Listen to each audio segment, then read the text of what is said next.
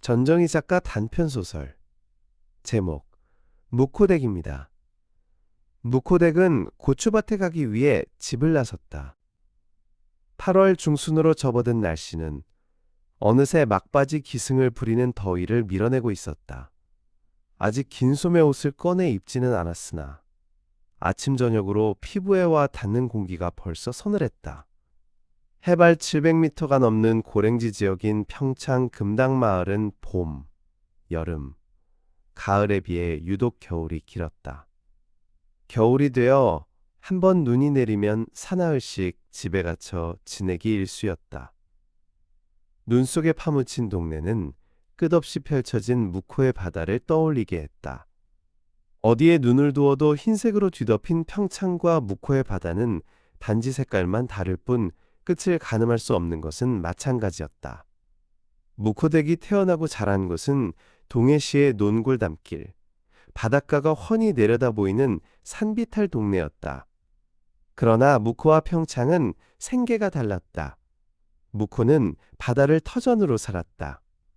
물고기를 잡아 광주리에 이고 마을을 오가며 팔았고 집집마다 오징어와 명태를 널어 말렸다. 반면에 평창은 땅을 터전으로 삼았다. 묵호에서 산 것이 20여 년, 평창에서 산 것이 어언 50년이다. 묵호에서 살았던 기억들은 이제 가물가물했다. 그러나 자라면서 늘 보고 자랐던 바다. 아무리 바라보아도 질리지 않던 그 바다. 가슴속에 맺힌 응어리가 모두 풀리는 듯한 후련함을 주는 바다는 가끔 사무치게 그리웠다. 지금 묵호댁이 살던 고향 마을은 벽화마을로 바뀌면서 집집마다 그림들이 잔뜩 그려져 있었다. 재개발이 되면서 다닥다닥 붙어있던 집들도 많이 사라지고 없어졌지만 아주 가끔 동네를 찾을 때마다 굳은 몸에 맞지 않는 옷을 걸쳐 입은 듯 낯설게 느껴졌다. 그런데 그 보잘것없는 동네를 사람들이 관광지라고 많이 찾아온다고 했다. 텔레비전 드라마에도 이따금 동네가 나오고는 했는데 그것은 등대 때문이었다. 마을을 굽이굽이 올라 꼭대기에 다다르면 탁 트인 바다가 한눈에 조망되었고 그곳에 등대가 서 있었다. 등대를 오르는 길은 여러 갈래가 있었는데 그 길들이 지금 벽화마을로 둔갑하여 사람들이 찾고 있는 것이었다. 묵호항은 오래전 오이진이라고 불렸다. 그런데 일제강점기 이후 연탄을 나르면서 바닷물이 검게 변하자 묵호진이라고 이름을 바꾼 것이다. 그때만 해도 묵호항과 등대는 아이들의 놀이터였다. 묵호댁은 묵호항에 일하러 갔던 부모님이 해질녘에 돌아와 저녁밥을 지어놓고 부르러 올 때까지 동네 아이들과 등대 근처에서 놀았다. 아이들은 때로 무료해지면 묵호항까지 다녀오기도 했다. 그곳은 늦은 시간까지 가로등불이 화하게 밝혀지는 곳이었다. 묵호항 근처 갯바위에서 해삼을 올리고 밤늦도록 오징어를 말리는 어부들의 손길이 바쁘게 움직였다. 묵호댁은 중신어미의 소개로 평창으로 시집을 오게 되었다. 매일 드넓은 바닷가를 보고 살다가 좁은 산골에 살자니 답답해서 미칠 것 같았다. 바닷가와 산골은 사는 방식도 사뭇 달랐다. 묵호댁은 쪼그려 앉아서 밭을 매다가 갯가로 뛰어다니던 바다가 그리워 훌쩍훌쩍 울기 일쑤였다. 이듬해에 아들이 태어나지 않았더라면 아마도 이 산골에서 견디지 못했을 것이다. 연년생으로 딸을 낳고 두 해 뒤에 다시 아들 하나를 더 낳았다.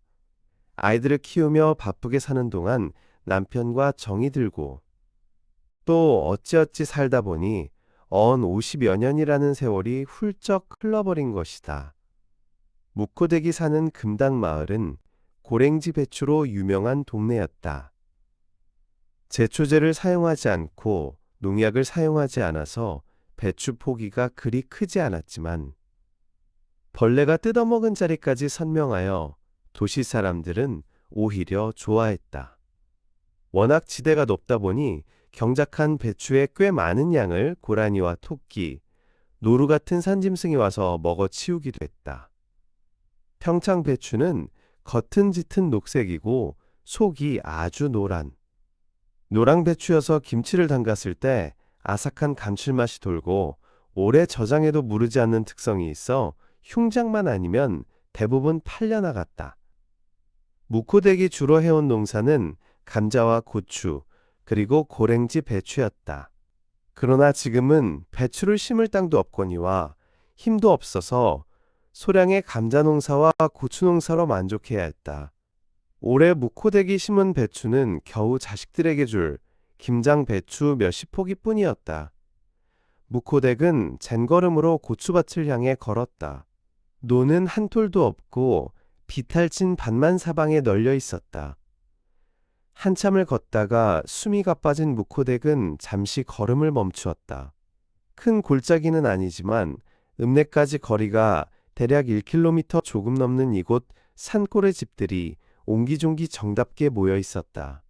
마치 내기장기판에 끝까지 죽지 않고 버틴 장기알처럼 그렇게 남은 집들이 12채였다. 그나마 5채밖에 살지 않았던 재작년에 비하면 가구 수가 많아진 것이다. 도시로 떠난 이웃들이 다시 돌아오기도 했고 워낙 불경기다 보니 귀농을 한다고 이주해온 젊은 사람들도 있어서 제법 사람 사는 동네로 변해가고 있었다. 어느새 중천으로 떠오른 햇살은 안개를 산 위쪽으로 모두 몰아냈다. 고추밭으로 들어서자 밤새 이슬에 싱싱해진 발갛게 익은 고추들이 유난히 반들거렸다. 무코댁은 흡족한 얼굴로 힘들여 가꾼 고추를 바라보았다. 마디마디 굵어진 손가락으로 흙 속에 씨를 뿌리고 모종이 자라면 뜨거운 태양 아래 앉아서 김매고 걸음주며 흙냄새 맡아가며 숨이 턱에 차도록 숨 돌릴 새 없이 가꿔낸 고추다. 그 흙먼지 속에서 불덩어리 같은 밭을 긁고 긁어 김을 맨 덕분에 수확의 보람을 느끼는 것이다. 열심히 고추를 따는 사이 무코댁의 헐렁한 옷은 이슬에 젖어 속옷까지 젖은 꼴이 되어버렸다. 평소 같으면 무코댁은 즐겁고 풍요로운 마음에 저절로 입꼬리가 올라갔을 터였다. 그러나 오늘은 웬일인지 일이 손에 잡히지 않았다. 무코댁은 잠시 허리를 폈다. 일에 몰두하다 보면 허리 한번 펴는 것도 쉽지 않았다. 젊었을 때는 이까짓 밭 한 떼기 고추 농사 지은 것쯤이야 하루 이틀이면 후딱 해치웠을 것이나 일흔을 넘기면서부터 그마저도 버거웠다. 그나마 이렇게 농사를 지을 수 있는 것도 다 남편이 남기고 간 땅 덕분이었다. 그 많던 땅들은 자식들을 공부시키느라 모두 팔아 없앴고 이제 남은 것은 이 고추밭 한 떼기가 전부였다. 무코댁은 갑자기 오금이 저려와 몸을 펴 숨을 몰아쉬다가 기어이 바깥에 다 토해냈다. 저 깊은 곳에서 피멍이 든 원한과 슬픔이 오물과 함께 쏟아져 나오는 듯했다. 무코댁은 손으로 입가를 쓱 닦았다. 그러고는 바닥에 털썩 주저앉았다. 불씨가 닿으면 금방이라도 타버릴 것 같은 온유월 장작개비처럼 마른 무코댁의 몸이 자꾸만 쭉 늘어졌다. 얼마나 시간이 흘렀을까. 무코댁은 기운을 차리고 천천히 일어났다. 이러다 무슨 일을 치를지도 몰랐다. 가끔 밭에서 일하던 노인이 일사병으로 쓰러져 운명을 달리했다는 뉴스를 보기도 했다. 그러나 지금은 일사병으로 쓰러질 날씨도 아니었고 안 그래도 경황 없는 자식들에게 좋지 않은 꼴을 보일 수는 없었다. 이 나이를 먹고 보니 죽는 것도 무서웠다. 세상에 무슨 미련이 남아서는 아니었다.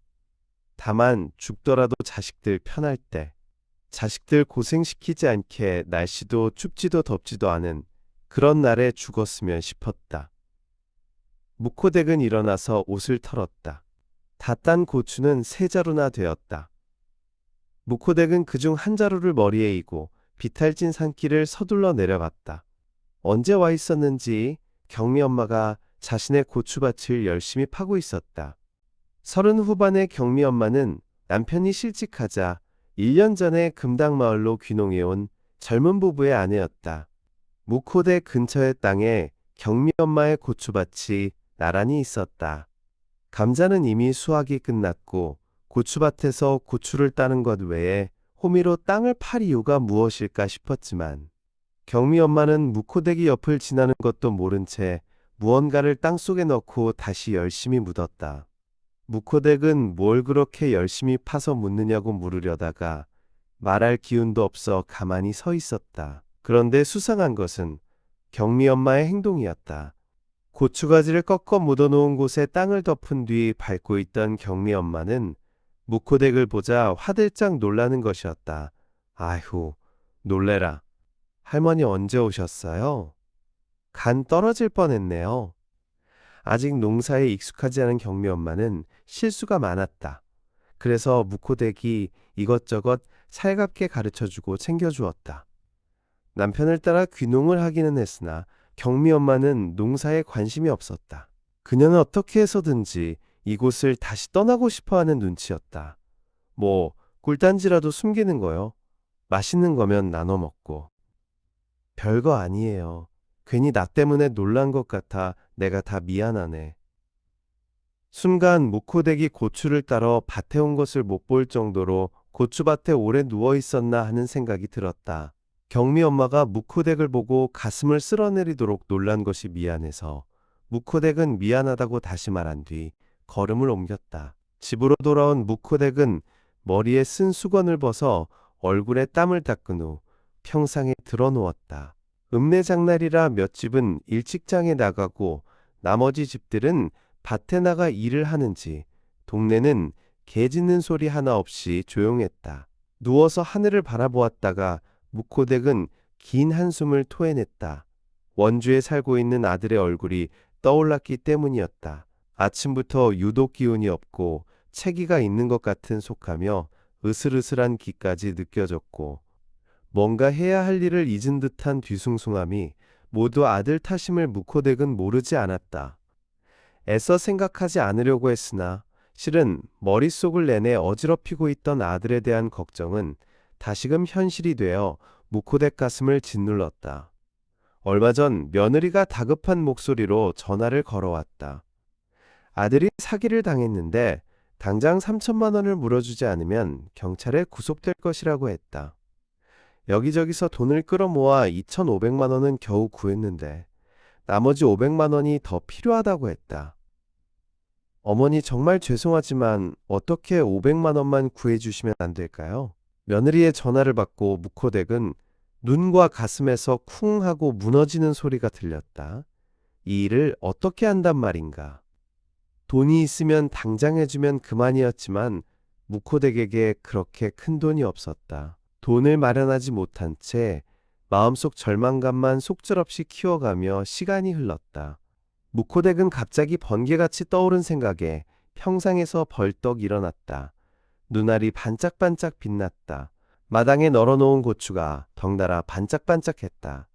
햇살에 산 능선과 골짜기의 모든 나뭇잎도 반짝반짝 생명의 불빛을 켜놓았다.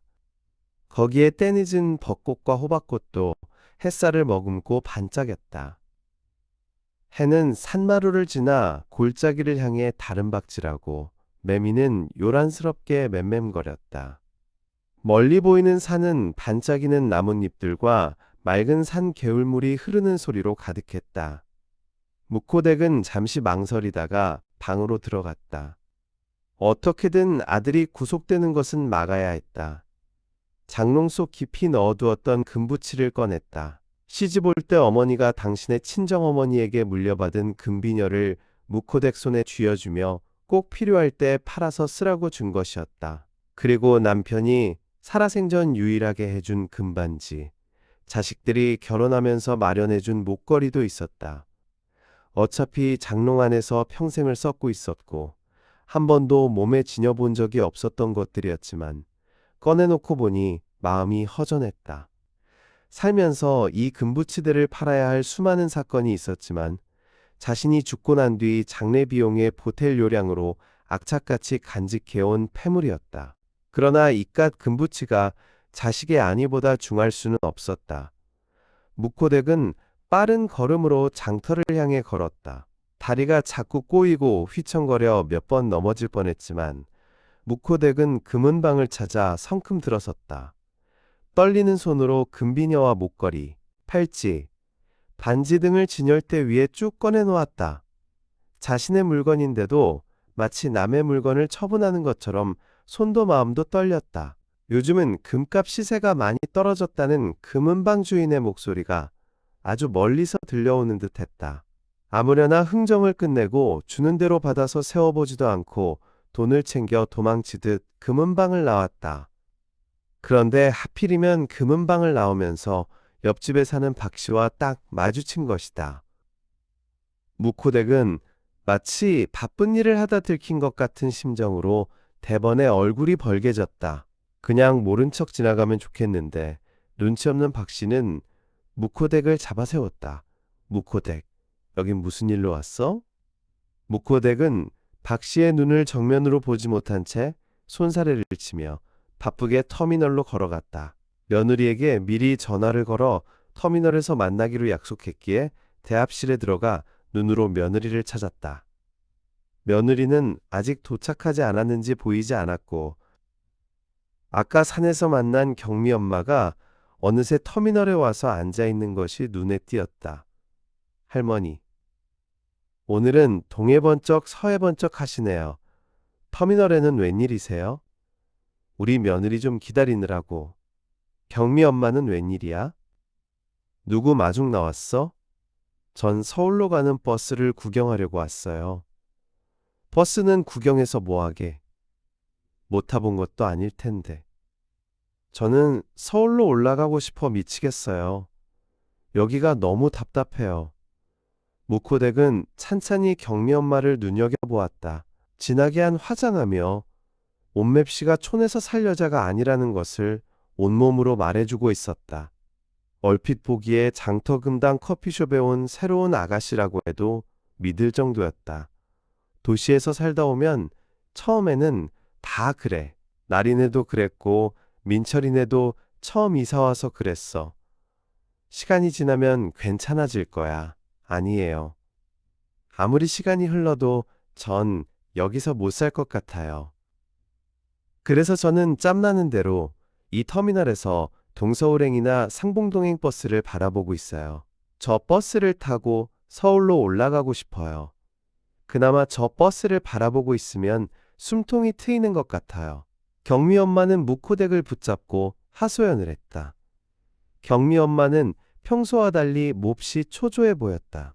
무언가에 쫓기는 듯 보이기도 했고 초점 없는 눈동자를 이리저리 굴리는 것도 평소와는 많이 다른 모습이었다. 그러나 무코덱은 경미 엄마의 하소연이 더 이상 귀에 들어오지 않았다. 그때 버스 한 대가 도착했다. 무코덱은 버스로 다가가 내리는 사람들을 살폈다. 사람들은 거의 다 내리고 마지막쯤에 며느리가 버스에서 내렸다. 그새 마음을 얼마나 졸였는지 눈은 휭하고 얼굴도 수척해 보였다. 무코덱은 며느리에게 돈 뭉치를 건네주었다.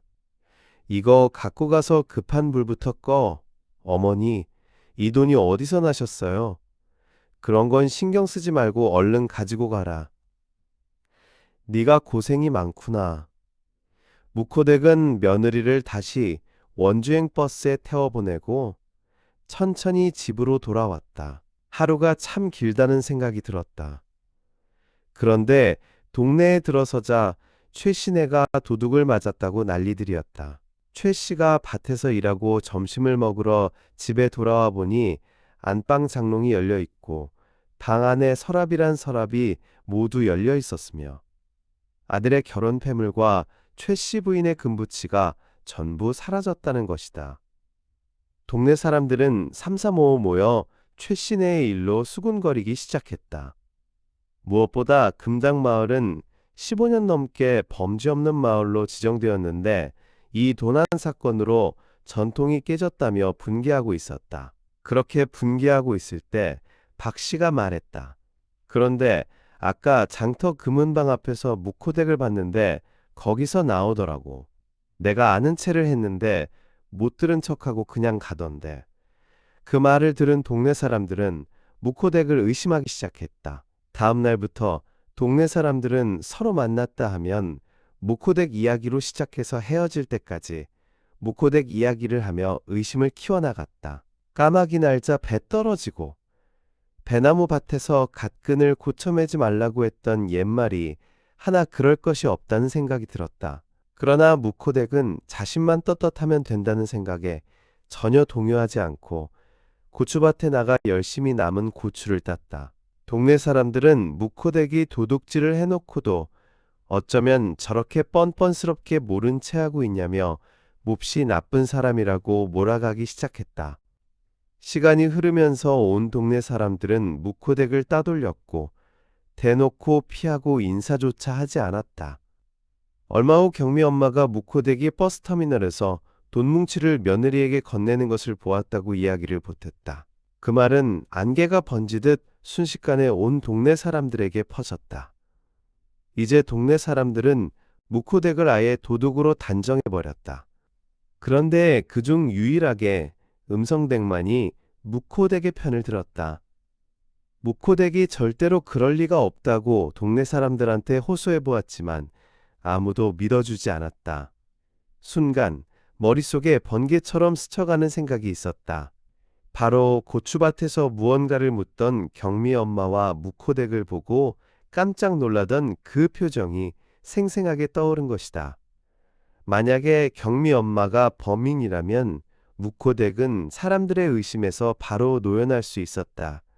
그러나 무코덱은 머리를 저었다. 자신은 이미 늙어서 잃을 게 없지만 젊디 젊은 경미 엄마가 짊어져야 할 십자가는 결코 가볍지 않을 것이라는 생각이 들어서였다.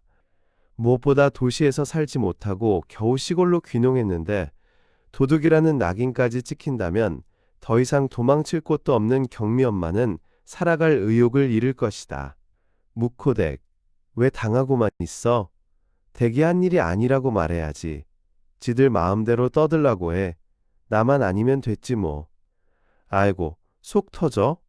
아니, 다들 무코덱을 도둑이라고 하는데 가만히 있으면 되겠어? 어떤 놈이 진범인지 찾아야 할 거 아니야? 무코덱과 음성덱은 올해로 71 동갑의 평산 신씨였다. 또 두 사람은 6.25 전쟁이 끝난 1952년, 그것도 같은 1월 달에 이 동네에 시집을 오게 된 인연이 있었다. 그래서 두 사람은 늘 친자매처럼 이곳 골짜기를 지키며 50년을 함께 의지하고 살아온 것이다. 누가 뭐라고 해도 두 사람은 친동기간 이상으로 서로 믿었다. 며칠 후 무코덱은 상추잎을 뜯어서 개울가로 나갔다. 거기에는 젊은 동네 여인들이 삼삼오오 모여 앉아 있었다. 무코덱이 다가가자 그들은 각자 들고 온 바구니를 들고 서둘러 일어섰다. 마치 말이라도 섞으면 전염병이라도 걸릴 것처럼 몸을 사리는 분위기였다. 돌아서서 가는 와중에도 그네들이 도둑년 운운하는 소리가 무코덱 귀에 또렷하게 들려왔다. 갑자기 텅 비어버린 개울가에 혼자 앉은 무코덱은 마음이 편치 않았다. 상추를 다 씻어 돌아오는 길에 마을 사람을 몇 명 만났으나 그들은 인사는커녕 눈조차 마주치려 하지 않고 황망히 지나갔다. 길에서도 산에서도 이제 무코덱을 반기는 사람은 하나도 없었다. 쓸쓸했다. 고작 5채뿐인 마을에서 고립되는 것은 외로움을 떠나 무서운 일이었다. 마치 밀폐된 상자 속에 갇혀있는 것 같은 기분이어서 숨통이 막히도록 답답했다. 지옥이 따로 없었다. 그냥 지금이라도 결백을 주장하고 경미 엄마를 대신 총알바지로 내세워야 하나 하는 생각이 들었다. 그러나 그럴 수는 없었다. 참는 김에 조금만 더 참아보자고 무코덱은 고개를 끄덕였다. 시간이 모든 것을 해결해 줄 것이었다. 살아보니 아무리 큰일이 생겨도 시간이 지나면 다 잊히기 마련이었다. 무코덱은 혼자서 쓸쓸하게 밥을 먹고 방으로 들어가 누웠다. 그런데 갑자기 밖이 소란스러웠다. 몸을 반쯤 일으켜 문을 열어보니 최씨 부인이 성난 얼굴로 소리를 질렀다. 마당에는 이웃 여인들이 모두 몰려와 있었다. 이 도둑년. 금비녀랑 목걸이랑 금거북 훔쳐갔으면 급해서 가지고 갔다고 날 찾아와서 빌어도 시원찮은데 뭐가 잘났다고 아직도 꿈쩍도 안 하고 있어? 무코덱은 순간 당황스러웠지만 딱 잡아떼며 말했다. 뭔가 오해가 있는 모양인데 난 그 집에 간 일도 없거니와 훔친 것도 없네. 저 도둑년이 그래도 잘했다고? 저런 년은 당장 이 동네에서 쫓아내야 해요. 갑자기 최 씨 부인이 방 쪽으로 다가오더니 방 안에 있는 묵호댁을 마당으로 끌어냈다. 그러자 같이 모여든 여인들이 합세해 묵호댁을 쓰러뜨렸다. 묵호댁은 비명조차 제대로 지르지 못하고 그대로 문매를 맞고 있었다. 살면서 이런 기가 막힌 일을 당한 것도 처음이거니와 무엇보다 제 몸도 제대로 이기지 못하는 나이 탓에 저항할 기운조차 없었다. 당장 이 동네를 떠나 이 도둑년. 한참 난리를 치른 뒤 그녀들은 돌아갔다. 묵호댁은 일어나지도 못하고 마냥 누워서 하늘을 바라보았다. 음성댁도 볼 일이 있어서 며칠째 집을 비우고 있었지만 묵호댁은 어깨를 들썩이며 나지막이 음성댁을 불렀다. 지금 이 순간 음성댁이라도 옆에 있었으면 참 좋겠다고 생각했다. 눈물이 글썽한 눈으로 멍하니 바라보는 하늘은 어느새 자신의 고추밭대기만큼 작아져 있었다. 묵호댁은 하늘에 몽글몽글 떠있는 구름을 타고 어디론가 가고 있었다. 문매를 맞은 몸도 아팠지만 무엇보다 이 동네를 떠나라는 말이 서럽고 서러웠다. 80년대 초부터 하나둘 이 동네를 버리고 떠났어도 묵호댁과 음성댁이 묵묵히나마 이 동네를 지켜왔었거늘. 떠났던 사람이 다시 찾아올까 보아 해마다 봄이면 길가에 채송화와 코스모스를 심어 꽃길을 만들었다. 여름 장마와 태풍이 우악스럽게 길을 파가면 돌과 흙을 채워 길을 닦아 굳혔고 틈나는 대로 길가의 자풀을 뽑고 베어냈다. 누가 보더라도 동네가 활기차고 아름답게 보였으면 하는 마음에서였다. 벌초하기 위해 1년에 한두 번 고향을 찾는 사람들은 해바라기와 코스모스가 흐드러지게 피어있는 고향이 눈에 밟혀 언젠가는 돌아오겠다고 약속을 하기도 했다. 겨울에 눈은 왜 그리 많이 내리는지 밤새 내린 눈을 치우고 돌아오면 한나절이 지나기 일쑤고 온 삭신이 쑤시지 않는 곳이 없었다. 그렇게 빗자루로 쓸고 가꾸며 온몸으로 지켜낸 고향이었다. 성한 곳 하나 없이 갈라지고 찢긴 생살 틈마다 흙이 있었다. 그 흙을 지키기 위해 묵호댁은 온갖 고생도 마다하지 않았다. 그렇게 눈물겨운 흙빛 몸으로 동네를 지켰는데 고향을 뜨라는 소리가 어디 가당키나 한 소리인가. 묵호댁은 가슴이 아렸다. 얼마나 울었는지 얼마나 땅바닥에 누워 일어나지 못했는지 묵호댁은 알지 못했다. 혼절에 누워있는 묵호댁을. 놀란 음성댁이 택시를 불러 병원으로 옮기고 만 하루 만에 묵호댁은 정신을 차렸다. 그러나 묵호댁은 병원비 걱정은 하지 말고 더 누워있으라는 음성댁의 만류를 뿌리치고 집으로 돌아왔다. 안 그래도 몸이 으슬거리는데 비가 내리기 시작했다. 음성댁이 죽을 쑤어 오고 아궁이에 불을 피웠다. 어쩌자고 당하고만 있어. 최 씨가 묵호댁이 범인이라고 경찰에 신고까지 했다던데. 도둑년이라고 하든 말든 상관없어.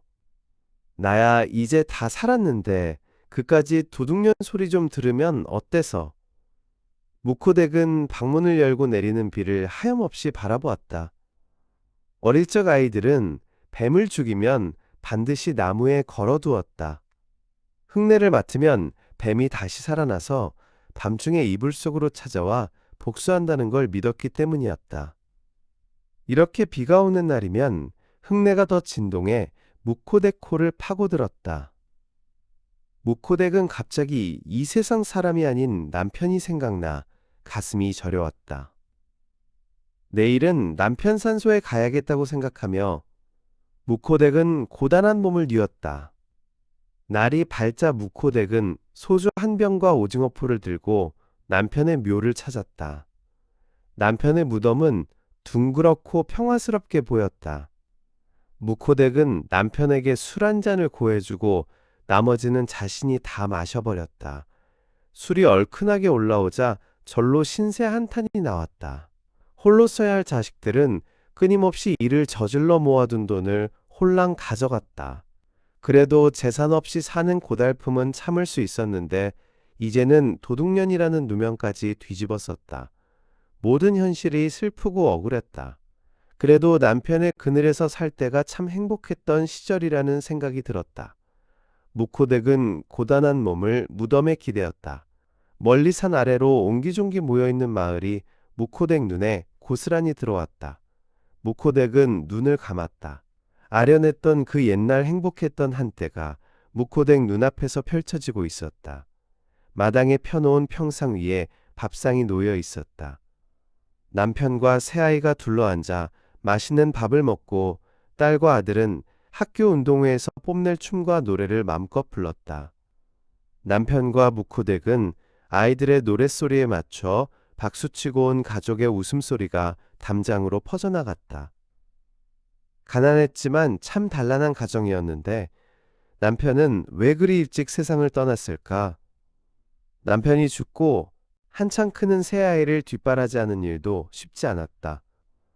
무코덱은 돈이 되는 일이라면 내 집, 남의 집 농사를 가리지 않았다. 한창 엄마의 손길이 필요한 아이들은 아이들대로 늘 무코덱이라는 곳으로 찾아와 잠자리 맴돌듯 맴돌았고 일이 끝난 후 아이들의 손을 잡고 집으로 돌아올 때면 몸은 빨랫줄에 널어놓은 젖은 빨래처럼 쭉 늘어졌다. 그러나 그것으로 하루가 끝나지 않았다. 집으로 돌아오면 아이들의 먹거리 준비와 빨래, 집안 청소로 다시 고단한 일상이 무코덱을 기다리고 있었다. 그렇게 일에 치여 살다 보니 아파눕는 일조차도 무코덱에게 사치였다. 그런데 그렇게 힘들게 살아온 대가가 과연 무엇인가? 세 아이가 모두 제 짝을 찾아 집을 떠난 후 결국 무코덱에게 남은 것은 여기저기 쑤시고 아픈 몸뚱이와 지독한 외로움뿐이었다. 무코덱은 남은 생에 미련이 없었다. 어서 남편의 뒤를 따라가고 싶은 마음뿐이었다. 자신에게 맡겨진 세 아이를 모두 짝지어 보냈으니 태어나 자신의 의무는 다했다는 생각이 들었다. 무코덱은 당장이라도 남편이 간 길을 따라 나서고 싶었다. 사람이 산다는 것은 참으로 허무한 일이었다. 그 허무한 인생을 살면서 무에 그리 아등바등하는지 어떻게 보면 사람처럼 어리석은 존재도 없을 터였다. 무코덱은 한참을 더 무덤가에 있다가 집으로 돌아왔다. 다시 며칠이 지났다. 무코덱은 다른 날과 다름없이 고추밭에 나가 고추를 땄다. 이제 한 번만 더 오면 더 이상 딸 고추도 없었다. 무코덱은 고추밭에 주저앉았다. 다행히 아들은 무코덱이 마련해준 돈으로 유치장에 가는 것만은 면할 수 있었다. 흙은 배반하지 않는데 어찌하여 아들은 자꾸 뜬구름을 잡으며 한탕할 생각만 하는지 안타까웠다. 그러나 죽어도 농사일이 싫다는 아들을 주저앉힐 수는 없었다. 다만 무코덱은 지금이라도 아들이 땀 흘려 일하고 그 대가를 소중히 여기고 살아간다면 참 좋겠다고 생각했다. 집으로 돌아오는 길에 낯선 승용차가 들어오는 것이 보였다. 그러고 보니 바로 내일이 귀금속을 잃은 최신의 넷째 아들의 결혼식이었다.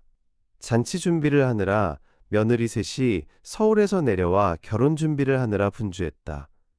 그중 셋째 며느리는 배가 남산만했다. 사람들은 이러다가 잔칫날에 애 낳는 거 아니냐고 한마디씩 거들었다. 동네 사람들은 모두 최신애로 몰려가서 온 동네가 잔치 분위기였다. 평소 같으면 무코덱도 저 무리에 끼어 하루를 재미있게 보낼 수 있었을 것이다. 동네에 애경사가 있으면 몸을 사리지 않던 무코덱이었지만 지금은 옆에서 바라만 볼 뿐 갈 수가 없었다. 무코덱은 속상하고 답답했지만 집으로 발걸음을 돌렸다. 최신의 잔칫날. 만삭이 된 셋째 며느리만 남겨두고 동네 사람들은 경운기와 짐차, 승용차에 나누어 타고 읍내에 있는 농협 예식장으로 향했다.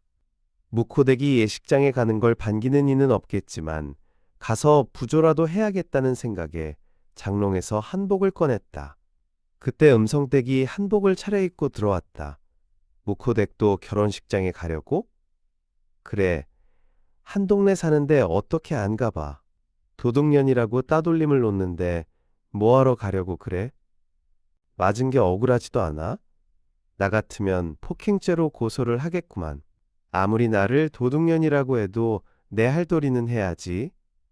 그 집구석에서 뭐라고 했는지 알아? 글쎄 묵호댁을 못 믿겠다며 만삭이 된 셋째 며느리를 집보라고 하고 갔대.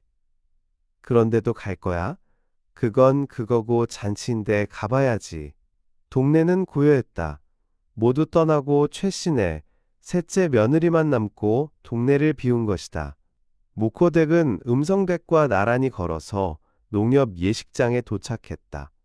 예식장 입구에서 손님을 맞던 최씨 부부는 묵호댁을 발견하고 등을 돌리더니 식장 안으로 들어가 버렸다.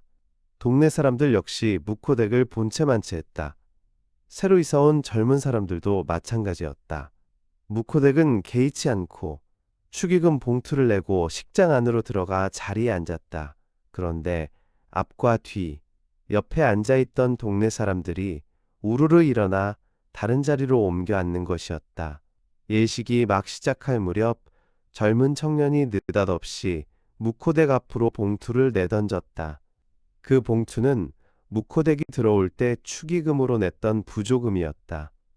묵호댁은 얼굴이 화끈 달아올라 밖으로 나오고 말았다. 더 이상 그 자리에서 버틸 재간이 없었다. 서러워서 눈물이 나왔다. 지금까지 이 동네에 살아오면서 한 번도 이런 수모를 당해본 적이 없었는데 이제는 죽을 때가 된 것인가 하는 생각도 들었다. 나 죽으면 내 간을 꺼내봐. 내 간이 있는가 아마 다 녹아서 없을 거구만. 남편이 죽을 때 한 말이었다. 남편이 살아온 저 배고픔과 한숨과 시달림, 자식 걱정에 밥 한 번 배불리 못 먹고 죽어버린 불쌍한 남편이었다. 남편이 죽던 날 때 묻은 저고리가 지붕 위로 던져지고 새벽에 어둠이 서서히 문짝 없는 대문을 빠져나가 아침 안개에 쌓이고 젖어 날아갔다. 묵호댁은 검은 머리를 풀어헤치고 곡성을 터뜨리며 동네를 돌고 새벽빛을 따라 초상마당에서 우리 신랑 불쌍하네 어이할꼬 어이할꼬 하며 남편을 불러댔다. 저 깊고 끈 모를 하늘 위로 파란 불꽃이 타오르고 남편은 반드시 누워 돌덩이처럼 차고 캄캄하게 식어갔다. 느닷없는 곡성과 울음소리를 듣고 동네 사람들이 하나둘 모여들었다. 동네 사람들은 마당에다 모닥불을 피웠고 아침 연기를 곱게 하늘로 올리며 마을을 깨웠다. 헛간 구석에 남은 어둠까지 모두 태우며 남편의 죽음을 숨김없이 드러내주는 맑은 봄볕이 가난한 마당에 쏟아져 깔렸다. 살구꽃 그늘이 마당에 떨어지고 앵두꽃 그늘이 뒤안 우물에 드리워지고 아이들은 돌멩이를 개울물에 던지며 놀았던 생각이 났다. 가난해도 차일이 쳐지고 돼지를 잡아 고기와 내장을 삶고 술들이 얼큰해지자 초상집 마당은 남편의 죽음과 상관없이 활기를 찾았었다. 그래도 당신이 죽었을 때가 행복했지요. 내가 지금 죽는다면 아마 나는 저 금당산 높은 돌산벼랑에 내팽개쳐질 것이래요. 묵호댁은 혼잣말을 했다. 그래도 당신은 꽃상여 타고 고추밭이나 서서히 흔들거리며 상여 소리가 구슬프게 울리는 길을 떠났지요. 그러나 내가 죽으면 상여도 없겠고 아무도 울어줄 사람도 없을 거래요. 묵호댁은 실성한 사람처럼 혼자 중얼거렸다. 집에 오니 텅 빈 마을이 더욱 을씨년스러웠다. 묵호댁은 고추밭에 가기 위해 집을 나섰다. 가만히 있으니 자신의 처지가 서러워서 신세 한탄만 하게 될 것 같았다. 역시 이럴 때는 몸을 바삐 움직이는 것이 좋았다. 몸이 힘든 만큼 정신은 편할 것이기 때문이었다. 오늘따라 유난히 고추밭이 그리웠다. 이제는 그 고추밭만이 유일하게 묵호댁을 안아주고 감싸주는 공간이었다. 서둘러 발걸음을 옮기는데 어디선가 끙끙 앓는 소리가 들려왔다. 앓는 소리는 점차 커지다가 마침내 비명소리로 바뀌었다. 최씨네 며느리였다. 이를 어쩌나. 아이가 나오나 보네. 그런 생각이 들어 묵호댁은 젠걸음으로 최씨네 집으로 들어섰다. 만삭이 된 최씨네 셋째 며느리는 부른 배를 잡고 기진맥진해져서 마당에 고꾸라져 있었다. 그 모습을 본 묵호댁은 며느리를 부둥켜 안았다. 최씨 며느리는 거의 죽어가는 사람처럼 늘어지고 신음조차 없었다. 며느리가 입은 치마가 피에 젖어 흥건했다. 하혈이었다. 다급해진 묵호댁은 119에 신고했다. 얼마나 기다렸는지 시간이 아주 오래 흐른 듯했다. 묵호댁은 음성댁에게 전화를 걸어 상황을 알리고 최신의 식구들에게 소식을 전해달라고 부탁했다. 읍내 병원에서는 응급처치만 해주고 최씨 며느리를 원주 큰 병원으로 이송시켰다. 엉겁결에 원주병원까지 따라오게 된 묵호댁은 최씨 며느리가 무사하기를 두 손 모아 기도를 하며 가슴을 졸였다.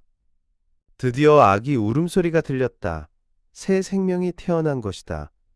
묵호댁은 안도의 한숨을 쉬었다. 얼마 후 분만실 문이 다급하게 열렸다. 좋은 조짐은 아닌데 싶었다. 묵호댁은 벌떡 일어나 간호사를 놀란 눈으로 바라보았다. 할머니 큰일 났어요. 하혈이 너무 심해서 피가 모자라 위험해요. 뭐라고요? 이러다가 최신의 며느리가 죽기라도 한다면 큰일이었다. 원주병원까지 데리고 와서 이 사단이 났다고 하면 그 원망을 또 어찌 들을 것인가. 생각이 거기에 미치자 묵호댁은 머릿속이 하얗게 변하는 것 같았다. 피를 사서도 넣는다고 하던데 어떻게 살 수가 없나요? 할머니, 산모는 RH-B형이에요. 큰일 났어요. 지금 1분 1초를 다투는데 간호사도 발을 동동 구르며 어쩔 줄 몰랐다. 묵호댁도 덩달아 발을 동동 굴렀다. 병원 구내방송에서 RH- 혈액형을 가진 사람이 있으면 산부인과로 와달라는 방송이 다급하게 나왔다. 그제야 묵호댁은 방송을 듣고 간호사에게 물었다. RH 뭐라고 했죠?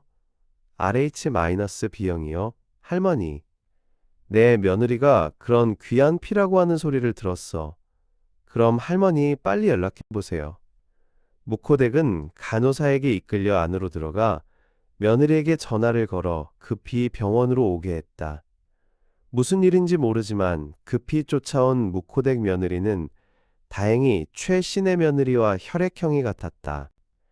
그 덕에 최씨 며느리는 살게 되었고 아기도 건강하게 세상의 밝은 빛을 보려고 울고 있었다. 겨우 숨을 돌리는 사이 최신의 가족들이 사색이 되어 원주병원으로 몰려왔다. 묵호댁은 수혈을 도와준 며느리와 이야기를 나누고 있었다. 가족들이 병실로 몰려간 사이 묵호댁은 조용히 병원을 나섰다. 그래도 자신이 있어서 두 목숨을 살렸다는 사실이 고맙고 감사했다. 다음날 아침 묵호댁은 마당 한쪽에 심은 호박꽃과 벚꽃을 바라보고 있었다. 지금쯤이면 소담스럽게 피어야 할 꽃이 자꾸 초라했다. 마치 묵호댁 자신을 보는 것처럼 가련해 보였다. 묵호댁은 갑자기 어지러워 쓰러질 뻔했다. 어제는 묵호댁도 경황이 없어서 몰랐는데 문매 맞은 이후 자주 어지러웠다. 늘 이 산골에서 신선한 공기와 고기 대신 푸성기와 나무를 먹고 지낸 탓에 아직까지 감기 외에는 병원 신세를 본 적이 없는 몸이었다.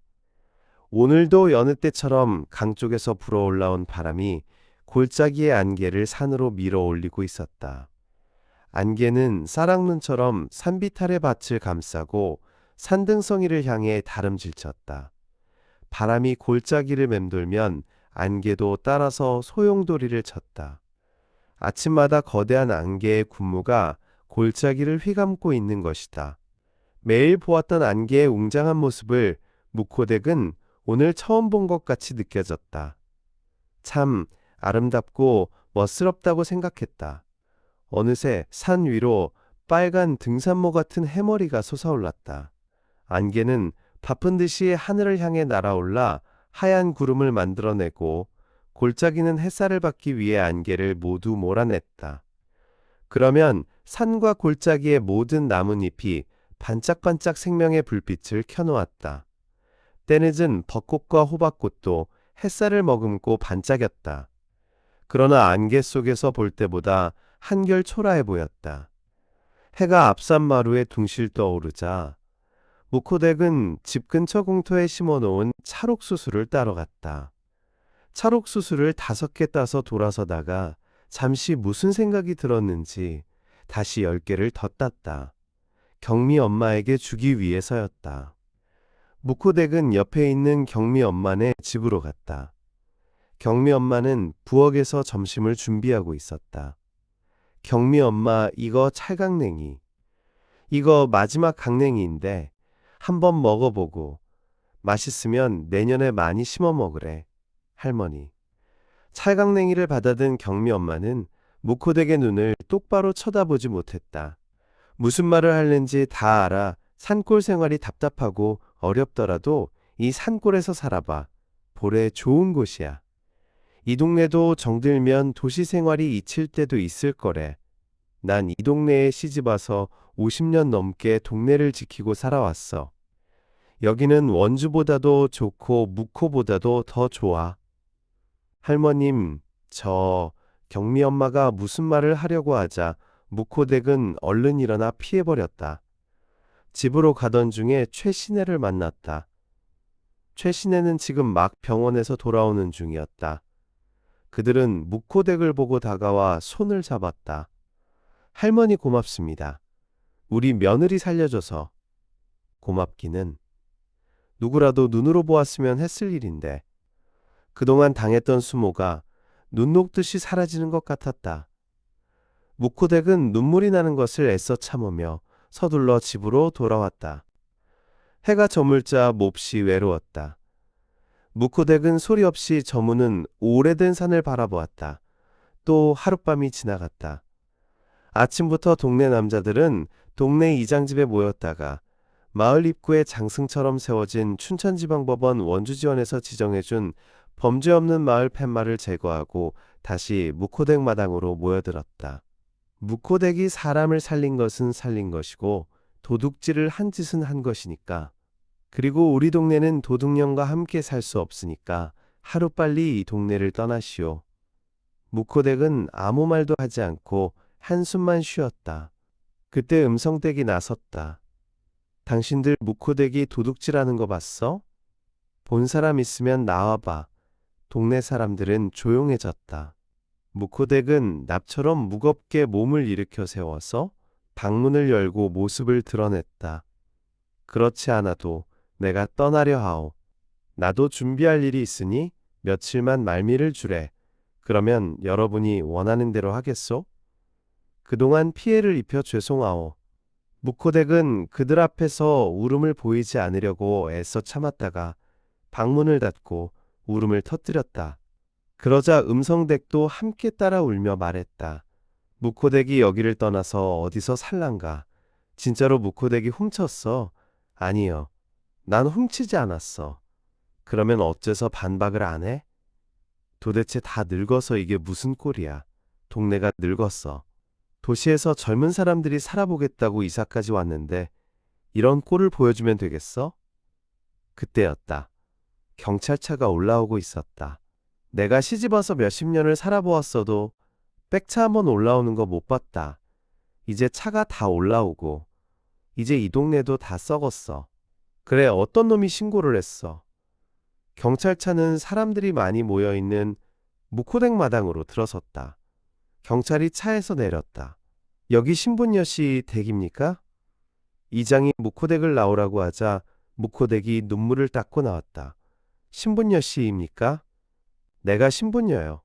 귀금속 도난 신고가 들어와서 조사차 나왔습니다. 그럼 날 잡으러 왔소? 지난 장날에 금은방에 가서 목걸이를 판 적 있죠? 팔았어요. 조사를 해야 하니 서에 같이 가야겠어요. 경찰이 무코덱을 경찰차에 태우고 막 떠나려 할 때였다. 어디선가 날카로운 소리를 내지르며 경미 엄마가 뛰어와 경찰차 앞을 막아섰다. 무코덱 할머니는 범인이 아니에요. 경미 엄마가 숨을 헐떡이며 말했다. 이 할머니가 아니라면 아주머니가 범인을 아세요? 경찰이 차에서 내리면서 물었다. 범인은 바로 저예요. 경미 엄마가 기어들어가는 소리를 하다가 주저앉으면서 울음을 터뜨렸다. 차 안에 있던 무코덱은 경찰에게 빨리 떠나자고 재촉했다. 그러나 경찰은 무코덱을 차에서 내리라고 했다. 왜 안 가는가요? 저 젊은 안악은 아무 죄도 없어요. 어서 나를 태우고 갑시다요. 무코덱이 계속 자신이 범인이라고 우기자 경미 엄마가 무코덱 앞에 무릎을 꿇고 엎드렸다. 경미 엄마 왜 이래? 할머니 제가 한 짓이라는 거 다 아시잖아요. 제가 밭에다 묻는 것도 보셨잖아요. 할머니가 저 보호해 주시려는 거 다 알고 있었어요. 그게 아니야. 경미 엄마 내가 한 짓이라도. 무코덱은 그래도 자신이 범인이라며 우겨댔다. 증거가 있어요. 저와 함께 가시죠. 경찰과 함께 고추밭에 간 경미 엄마는 땅을 파헤쳐 금부치를 가지고 경찰들과 함께 무코덱 마당으로 돌아왔다. 그것을 본 최 씨는 귀금속을 움켜잡았다. 이거 보세요. 최 씨네 집에서 제가 훔친 거예요. 그래도 못 믿겠어요? 경찰은 목걸이와 팔찌를 들고 최 씨에게 확인해 보라고 했다. 최 씨가 맞다고 대답하자 무코덱은 당황해하며 말했다. 아니 경미 엄마 정말 어쩌자고 그래. 할머니 저는 괜찮아요. 이제 저도 어떠한 일이 있더라도 동네를 안 떠나요. 할머니처럼 이 동네를 지키며 죽을 때까지 여기서 살 거예요. 할머니 저 때문에 걱정 많이 하셨죠? 그동안 동네 사람들한테 도둑으로 몰리면서 원망도 많이 하셨을 거예요. 그래도 막판에는 할머니께서 제가 한 짓이라고 밝히실 줄 알았어요. 그런데 평생 여기서 사신 할머니가 이제 어디를 가시겠어요? 죄송합니다. 진작 밝히지 못해서. 경미 엄마는 흐느껴 울었다. 이복의 경찰 양반. 이 젊은 사람은 우리 동네를 지키며 살아갈 앞날이 창창한 사람이라오. 대신 늙은이인 날 잡아가시래. 경찰과 동네 사람들은 무코덱의 발언에 놀라고 있었다. 상황을 짐작한 동네 사람들은 무코덱 앞에서 고개를 못 들었다. 그럼 할머니가 금은방에서 파셨다는 그 금들은 도대체 뭡니까? 경찰이 무코덱에게 물었다. 그 금비녀는 우리 친정어머니가 내게 주신 거고, 금반지는 남편이 준 거요. 또 나머지는 자식들 결혼시키면서 받은 선물이요. 내가 평생에 금반지 한번 끼워보지 못했다고 생각한 아들, 내외가 금거북이를 선물로 주었소. 그런데 아들이 사업하다가 망해서 사기까지 당해 유치장에 가게 생겼는데 그까짓 금 가지고 있으면 뭐 하겠어. 그래서 내다 판 거요. 이 사실은 우리 아들 내외가 알면 안 되는데 아무튼 경찰 양반 이 늙은이 부탁 하나 들어주시오. 저렇게 자수까지 했고 없어진 금부치도 찾았으니 꼭 잡아가야겠소? 할머니의 마음은 알겠으나 일단 신고가 접수되어서 저희도 어쩔 수 없습니다. 그러자 최 씨가 나서서 말했다. 없어진 금부치 찾았으니 되었고 그 신고는 내가 아들 장가 보내고 하도 좋아서 술김에 한 실수인 걸로 해주시오. 경찰은 난감한 표정을 지었다. 마을 사람들은 그러면 좋겠다고 이구동성으로 경찰에게 매달렸다. 신분녀 할머니 때문에 이 젊은 사람을 봐주는 겁니다. 그럼 여기다 지장 좀 찍어주세요. 최 씨는 엄지손가락에 인주를 발라 푹 내리 찍었다. 잠시 후 경찰은 떠났다. 동네 사람들은 무코덱에게 그동안 미안하게 됐다면서 앞다투어 사과를 했다.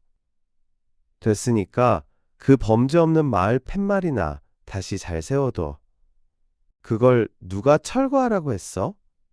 남자들은 삽과 괭이를 어깨에 메고 마을 입구로 내려갔다.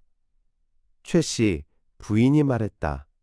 자, 우리 집에 잔치하고 남은 음식이 있으니 모두 우리 집으로 갑시다. 결혼식 뒤풀이하고 건강한 손녀를 보았으니 축하도 받아야지요. 무코덱은 무릎을 꿇고 울고 있던 경미 엄마를 일으켜 세웠다. 경미 엄마는 무코덱의 품에 기대어 큰 소리로 꺼이꺼이 울었다. 무코덱은 하늘을 올려다보았다. 정녕 손바닥으로 하늘을 가릴 수는 없는 모양이었다. 어느새 청명한 하늘이 높고도 푸르게 빛나고 있었다. 그 파란 하늘 위로 몽실몽실 물 한 개가 피어오르듯 양떼구름이 떼지어 흘러갔다. 무코덱은 스산한 기운에 팔을 문질렀다. 아무래도 긴 팔 하나를 걸쳐 입어야 할 것 같았다. 숱한 사연과 곡절이 있었지만 무코덱은 오랜만에 마음이 편안해졌다. 세상 슬픔에 자기의 슬픔 하나를 더 보태기보다는 다른 사람의 슬픔을 보듬어 안는다면 세상이 참 살기 좋은 곳이 될 텐데 그 간단한 이치를 왜 사람들은 모르는 것일까? 무코덱은 그런 생각을 하며 집을 나섰다. 길가에는 가을의 전령사 코스모스가 꽃을 피울 준비에 한창 바쁘고 어디선가 고추잠자리 떼가 몰려와 드높은 하늘을 어지럽게 수놓았다. 가을이 성큼 다가오고 있었다. 작품에 대한 해설입니다. 전정희 작가의 소설 무코덱은 강원도 평창의 산골 마을인 금당동네를 배경으로 평생을 땅과 함께 살아온 한 노인의 굴곡진 삶과 숭고한 희생정신을 그려낸 작품입니다. 소설은 8월 중순에 서늘한 바람이 불어오는 계절적 배경과 함께 시작됩니다. 주인공인 무코덱은 동해의 무코항에서 나고 자라 바다를 터전으로 삼던 사람이었으나 중매로 평창 산골에 시집와 50년이 넘는 세월을 흙과 함께 살아온 인물입니다. 바다가 주는 툭 트인 해방감을 그리워하면서도 묵묵히 밭을 일구며 살아가는 그녀의 모습은 우리네 어머니들이 겪어온 인내의 세월을 대변합니다. 작가는 무코덱의 시선을 통해 고령화되어가는 농촌의 현실과 도시로 떠나려는 젊은이들, 그리고 그 안에서 벌어지는 오해와 갈등을 사실적으로 묘사하고 있습니다. 작품의 서사는 무코덱에게 닥친 시련을 중심으로 전개됩니다. 원주에 사는 아들이 사기를 당해 유치장에 갈 위기에 처하자 무코덱은 평생토록 간직해온 금비녀와 폐물들을 팔아 아들을 구하기로 결심합니다. 이는 자신의 장례 비용으로 남겨둔 마지막 자산이었으나 자식의 안위를 위해 망설임 없이 내놓는 모성애를 보여주는 대목입니다. 그러나 운명의 장난처럼 같은 시기에 이웃인 최신의 집에서 귀금속 도난 사건이 발생하고 읍내 금은방에서 무코덱을 목격한 박씨의 말 한마디로 인해 그녀는 억울한 누명을 쓰게 됩니다. 오랫동안 범죄 없는 마을로 불리던 금당 동네의 평화가 깨지자 마을 사람들은 50년을 함께 살아온 무코덱을 의심하고 따돌리기 시작합니다. 이 작품에서 가장 주목해야 할 부분은 무코덱이 취하는 태도입니다. 그녀는 자신이 범인이 아니라는 사실을 알고 있었고 심지어 진범이 누구인지 짐작하고 있었음에도 불구하고 침묵을 택합니다. 무코덱은 밭에서 수상한 행동을 하던 귀농인 경미 엄마를 목격했지만 그녀를 고발하여 젊은 사람의 앞길을 막기보다는 자신이 모든 비난을 감내하는 길을 선택합니다. 이는 단순히 늙어서 힘이 없기 때문이 아니라 도시 생활에 적응하지 못하고 시골로 내려와 다시금 도망치듯 서울을 그리워하는 경미 엄마에게서 자신의 젊은 시절과 방황하는 아들의 모습을 보았기 때문일 것입니다. 무코덱의 침묵은 타인의 허물을 덮어주고 그들이 살아가야 할 미래를 지켜주려는 깊은 배려와 연민에서 비롯된 숭고한 희생입니다. 마을 사람들의 집단적인 괴롭힘과 모욕 속에서도 무코덱의 증가는 위기의 순간에 빛을 발합니다. 최신의 셋째 며느리가 출산 도중 하혈이 심해 생명이 위독해지자 무코덱은 119에 신고하고 병원까지 동행하여 며느리를 살리는데 결정적인 역할을 합니다. 특히 희귀 혈액형인 산모를 위해 자신의 며느리를 급히 불러 수혈을 돕게 하는 장면은 그녀가 자신을 도둑으로 몬 최씨 일가에 대해 원망보다는 생명을 살리는 일을 우선시했음을 보여줍니다. 이러한 무코덱의 행동은 말이 아닌 실천으로 자신의 결백과 인격을 증명하는 과정이며 인간에 대한 예의와 도리가 무엇인지를 일깨워줍니다. 결말부에 이르러 경찰이 출동하고 무코덱이 연행되려는 찰나 경미 엄마가 나타나 자수하면서 모든 진실이 밝혀집니다. 하지만 무코댁은 끝까지 자신이 범인이라고 우기며 경미 엄마를 보호하려 합니다. 이러한 무코댁의 태도에 감화된 마을 사람들과 경찰, 그리고 최 씨는 경미 엄마의 죄를 덮어주기로 합의하고 마을은 다시 평화를 되찾습니다. 작가는 이 과정을 통해 법적인 처벌보다 더 위대한 용서와 화해의 힘을 보여줍니다. 결국 무코댁은 단순한 피해자가 아니라 마을의 갈등을 봉합하고 사람들의 마음을 하나로 모으는 정신적 지주로서의 역할을 수행합니다. 소설은 가을의 전령사 코스모스와 높고 푸른 하늘을 배경으로 세상의 슬픔을 보듬어 안는 무코댁의 따뜻한 마음을 조명하며 마무리됩니다. 이 작품은 급격한 산업화와 이농 현상 속에서 잊혀가는 고향의 의미와 공동체의 가치를 되새기게 합니다. 무코댁이 평생을 바쳐 지켜온 마을은 단순한 거주 공간이 아니라 그녀의 땀과 눈물, 그리고 삶의 애환이 녹아있는 터전입니다.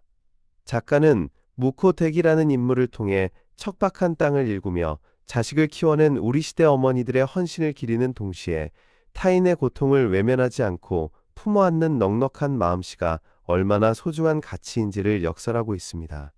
갈등과 오해가 난무하는 현대사회에서 무코댁이 보여준 포용력은 우리에게 진정한 어른의 모습이 무엇인지에 대한 깊은 울림을 줍니다.